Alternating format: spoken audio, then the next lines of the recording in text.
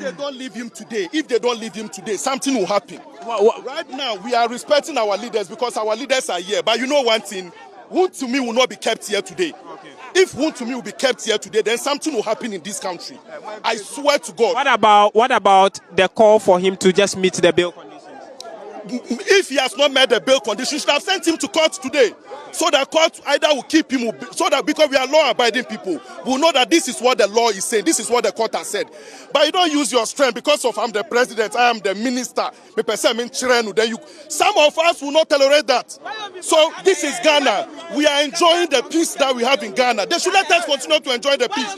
Because some of us, before we come here today, we already made up our mind. Either we are going to be killed or we are going to be arrested. So it will not get to that point. So they should release him here today because I swear to God, something will happen. You just watch and see. Don't go anywhere. They shouldn't release him. You will see something. Okay. It will get to a level. We will not listen to our leaders. We pray that it doesn't get there. Level. We will not listen to our leaders. We will let them know that in the NPP, we also have the men. We also have people that their hearts disturb them to certain levels. Okay. You didn't see us. Since they arrested him, we are here today. We know what is going to happen. They should let him come out, and we are going to see. Okay, that's another member threatening that they would